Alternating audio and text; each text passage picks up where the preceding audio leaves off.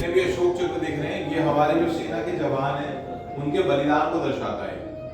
जैसे जो Indian navy है, इंडियन आर्मी है, इंडियन एयरफोर्स है, जो उनका जो बलिदान है देश को लेकर के, ये उस चीज़ को दर्शाता है। तो मैंने टिकट दिखा दिया, टाइमिंग दिखा दिया, अब अंदर का व्यू दिख जाएगी। एक तोप यहाँ पर है, दूसरी तोप यहाँ पर है। दोबारा टच करेंगे ऐसे, ये बंद हो जाएगा। ये दर्शाता है कि जितनी भी अलग अलग भाषाएं हैं, हम सब धर्म से अलग है, जाति से अलग है, लेकिन फिर भी हम सब एक हैं। We are Indian and we are proud of it.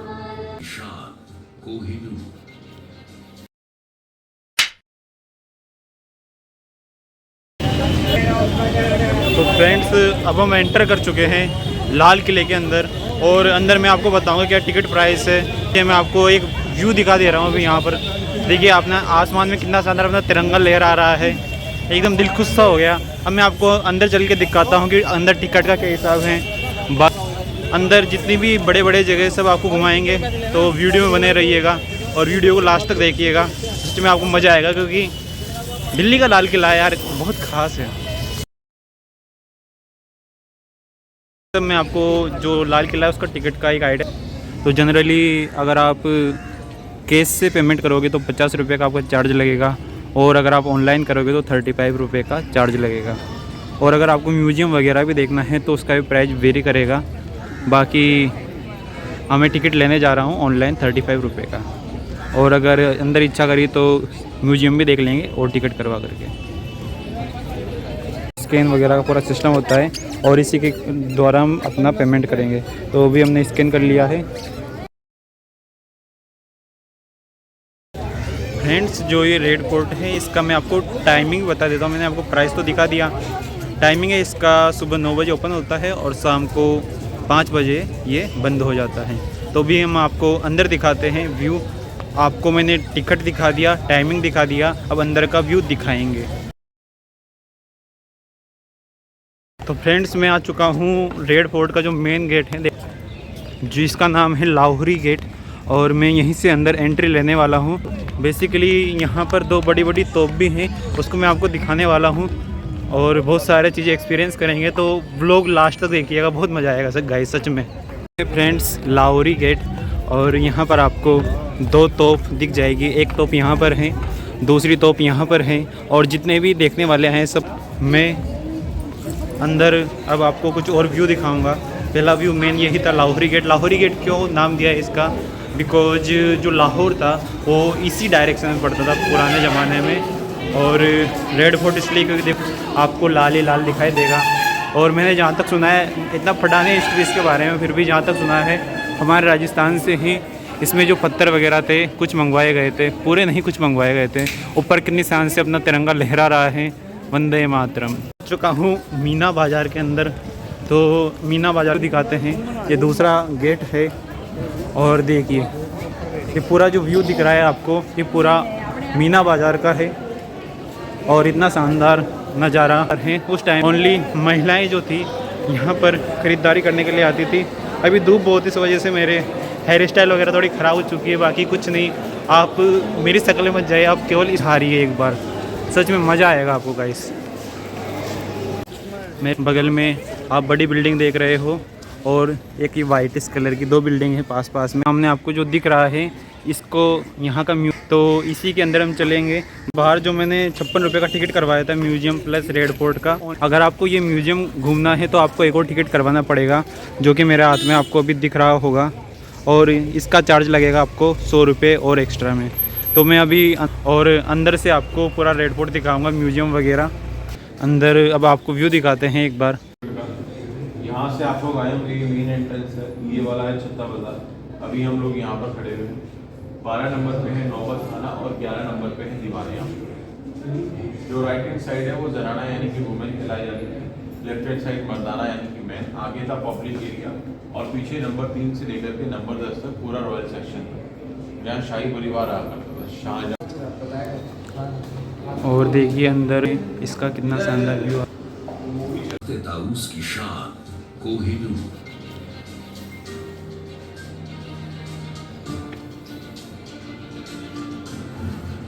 बादशाह के निवास के बगल में खूबसूरत हमाम था, जो खास शाही परिवार के आदमियों के लिए था। पूरे लाल किले के खूबसूरत ऐसी चीज़ें होती थी इस दुकान के अंदर, ये ओरिजिनल नहीं। यहाँ जो 3 सेक्शन में डिवाइडेड था, नशीमन जिलेलाई शाहजहाँ के लिए, बीच में दालान दरबार मंत्री और वकीलों के लिए, और सबसे नीचे में जलालबाड़ी आवाज़। ये ओपन कोर्ट था, खुली अदालत। किस तरह से दरबार लगता था वो यहाँ दिखाया गया है। इस तरह से कुछ ट्राई कीजिए, आप भी ट्राई कीजिए। सिर्फ खास लोगों से बैठ कर बातचीत किया करते थे। ये पूरा सोने से बना हुआ था, इसको बोलते हैं पीकॉक थ्रोन।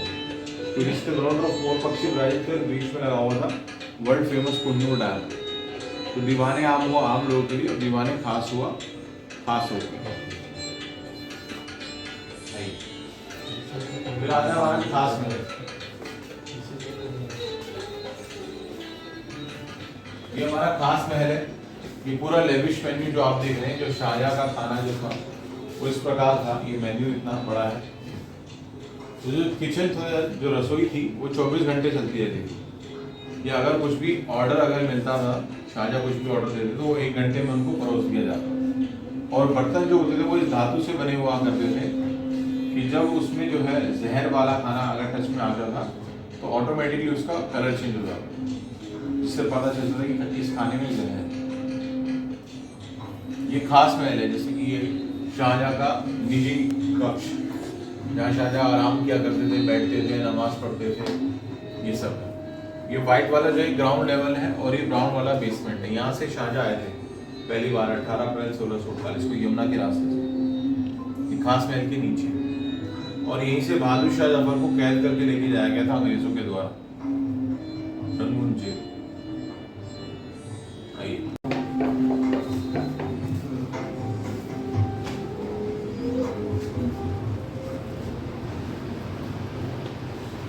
ये हमारा पूरा शाहजहाँ का फैमिली ट्री है जो आप देख रहे हैं। नंबर 1 पे शाहजहाँ, नंबर 2 पे औरंगजेब, और इधर लास्ट नंबर 13 पे है बहादुर शाह जफर। तो जिन्होंने सबसे लंबे समय तक शासन किया था वो औरंगजेब थे नंबर 2 पे। उन्होंने 48 साल 7 महीने तक राज किया, maximum period of time 48 years and 7 months। बाकी जिन लोगों ने शासन नहीं किया उनकी फोटोज नहीं है, वो सिर्फ और सिर्फ परिवार के सदस्य थे। शासन करने वाले 13 यही लोग थे जिनकी फोटोज लगी हुई। आइए, पीकॉक थ्रोन और कोहिनूर डायमंड बाद में लूट करके लेके गए थे। वो क्यों किया था? क्योंकि एक अफवाह फैल गई थी कि वो मर चुके हैं, लेकिन वो जिंदा थे। तो उस अफवाह के चक्कर में वो काफी गुस्से में आ गए। गुस्से में आकर के उन्होंने 20 से 30 हजार आदमी, औरत और बच्चों को मार दिया नादिर शाह ने। और 2 करोड़ रुपए का। जब मुगल शासन कमजोर पड़ा तो मुगलों ने मराठाओं से संधि साइन कर ली कि आपस में एक दूसरे की मदद करेंगे, और बाहर के जितने भी विदेश के आक्रमण होंगे। ये सिखों का इतिहास है। 11 मार्च 1783 को जस्सा सिंह आलूवालिया ने मुगलों के सामने एक कंडीशन रख दी थी कि अगर आप 1 साल के अंदर अंदर 7 गुरुद्वारे दिल्ली में बना देंगे तो हम आपको आपका किला वापस दे देंगे। तो मुगलों ने उस कंडीशन को एक्सेप्ट किया, और 1 साल के अंदर अंदर 7 गुरुद्वारे दिल्ली में मुगलों के द्वारा बनाए।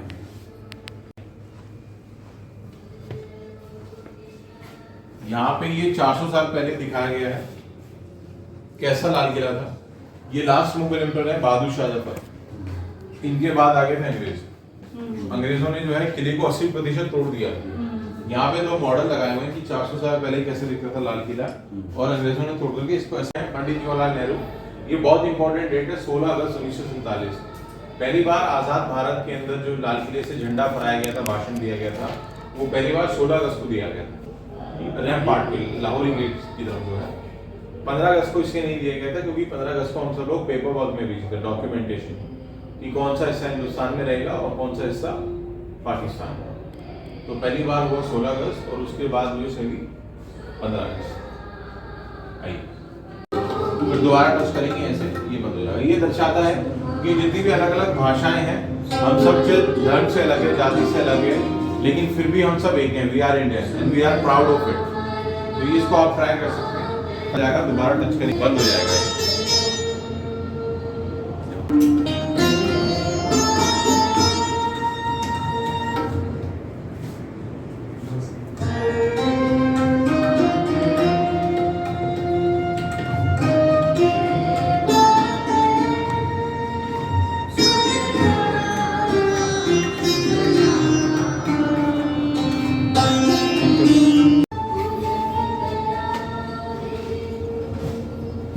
ओ भाई वो दे सकते हैं, वीडियोस बना सकते हैं। एकदम खतरनाक व्यू है यहाँ से। हाँ। जितने भी अशोक चक्र देख रहे हैं आप, जितने भी अशोक चक्र देख रहे हैं, ये हमारे जो सेना के जवान हैं उनके बलिदान को दर्शाता है।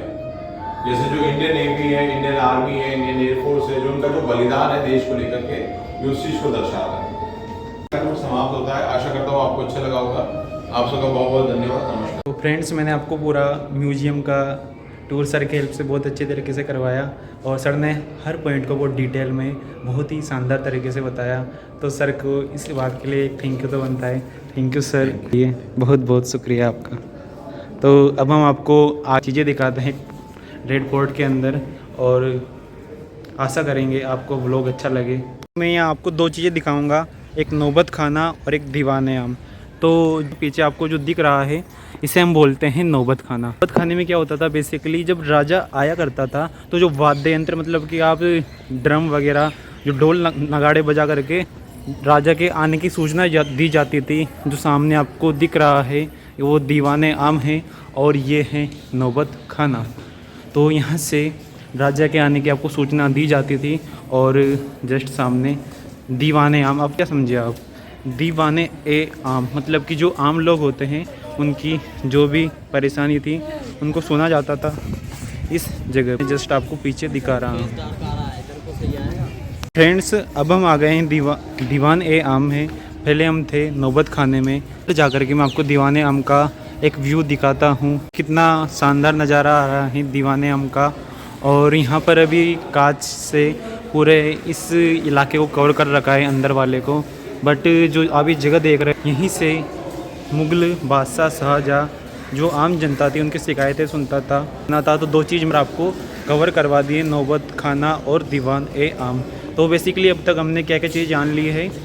प्राइस देख लिया, उसके अलावा मैंने आपको सेकंड चीज़ दिखाई थी टाइमिंग वगैरह के बारे में, और म्यूज़ियम दिखा दिया, दीवान-ए-आम दीवान-ए-खास दिखा दिया। तो कुछ और चीज़ों को एक्सप्लोर करते हैं और आपको दिखाते हैं। यहाँ पर 3-4 चीज़ें दिखाई गई है। हयात बख्श, दीवान-ए-खास, दीवान-ए-आमनी, दीवान-ए-खास और रंग महल। रास्ता मेरे ख्याल से इधर की तरफ है, तो इनका रास्ता इधर की साइड दिखाया गया है। तो मैं उसी डायरेक्शन में चलता हूँ और आपको महल और दीवान-ए-खास का भी कुछ व्यू दिखाता हूँ। जो आप ये पूरा लाल किला दिख रहे हो, एक्चुअल में ये बहुत बड़ा था। जैसा कि सर ने आपको बताया भी था अंदर कि अभी ओनली 20% बचा हुआ है, बाकी जो 80% था, 80% था, उसको तोड़ दिया गया था। यहीं पर रंग महल और दीवान-ए-खास होगा। तो मैं आगे आपको दिखाता हूँ चल करके। तो फ्रेंड्स, ये है पूरा रंग महल। और फ्रेंड्स, मेरे जो आप इस जगह को देख रहे हो इसको बोलते हैं दीवान-ए-खास। और दीवान-ए-खास है खास लोगों से मिलने का जगह। यही जगह पर जो बादशाह होता वह अपने खास लोगों से मुलाकात करता था। इसके जस्ट पीछे आपको जो जगह दिख रही है, यहीं से यमुना नदी बहती थी और पानी वगैरह पीने का यहीं से आया करता था। थोड़ा आगे चलते हैं और आगे का कुछ व्यू दिखाते हैं। अभी देखिए यहाँ पर कितनी शानदार नक्काशी की गई है, ये फ्लावर्स टाइप में हर जगह। पहले यहीं पर सुना, ऐसा माना गया है कि कोहिनूर जो हीरा था इसी जगह पर लगाया गया था। फिर नादिर शाह जब आया तो कोहिनूर हीरे को ले गया था इसी जगह से। ये वाला पूरा लोकेशन हयात बख्श है, जिसमें बहुत ज़्यादा बाग वगैरह थे और अभी भी आप वही देख रहे हो, बाग हैं। पीछे 2 बड़ी बड़ी बिल्डिंग हैं और अभी भी एकदम हरियाली यहाँ पर। तो कुछ और एक्सप्लोर करते हैं। बाकी बहुत सारी चीज़ें मैंने आपको दिखा दी हैं, आगे कुछ और एक्सप्लोर करते हैं। कुछ नया मिलेगा तो मैं आपको ज़रूर दिखाऊंगा। तो फ्रेंड्स, मेरे जस्ट सामने आप जो इस स्ट्रक्चर को देख रहे हो, इसे बोलते हैं सावन और भादो मंडप। यानी कि आप अभी महीनों के अनुसार चलें तो सावन का महीना और भाद्रपद का महीना जो आता था, उसी से रिलेटेड कुछ ये स्ट्रक्चर, उसी के नाम पे इसका नाम दिया गया है। फ्रेंड्स, अब मैंने जो चढ़ाया था उसमें जो म्यूज़ियम देखने को मिला, उसका मैं पूरा व्यू आपको दिखा रहा हूँ। ये पूरा देखिए म्यूज़ियम है और यहाँ पर 1857 की जो क्रांति हुई थी उसके बारे में बताया गया है और सैन्य विद्रोह जितना भी हुआ था सब चीज़ों को यहाँ दिखाया गया है। और अगर अंदर में चलता चलूँ तो कुछ आपको और स्ट्रक्चर देखने को मिलेगा।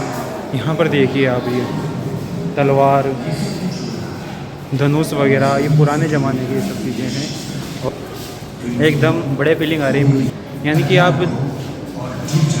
मैं आपसे बोलूँगा कि आप 35 की जगह 56 वाले टिकट ही करवाइए ताकि आपको जिम के ये नज़ारे देखने को मिल पाए। ये 56 वाली जो थी वो भी अभी मैंने जस्ट दिखाई, जिसमें आपको उस टाइम में जो हथियार वगैरह यूज़ किए जाते थे वो रखे गए हैं। और दूसरी जो अंकल जो थे उन्होंने दिखाया था 100 रुपये वाले टिकट में, और बाकी सब दीवाने खास सब चीज़ें मैंने आपको दिखा दी जो मेन थी। अब इसी के साथ मैं इस ब्लॉग को एंड करने जा रहा हूँ क्योंकि मेरे फ्रेंड्स लोगों का कॉल आ गया है और जस्ट यहाँ से हम निकलेंगे एम्स दिल्ली जो जिसमें पल्स हो रखा है वहाँ पर घूमने के लिए।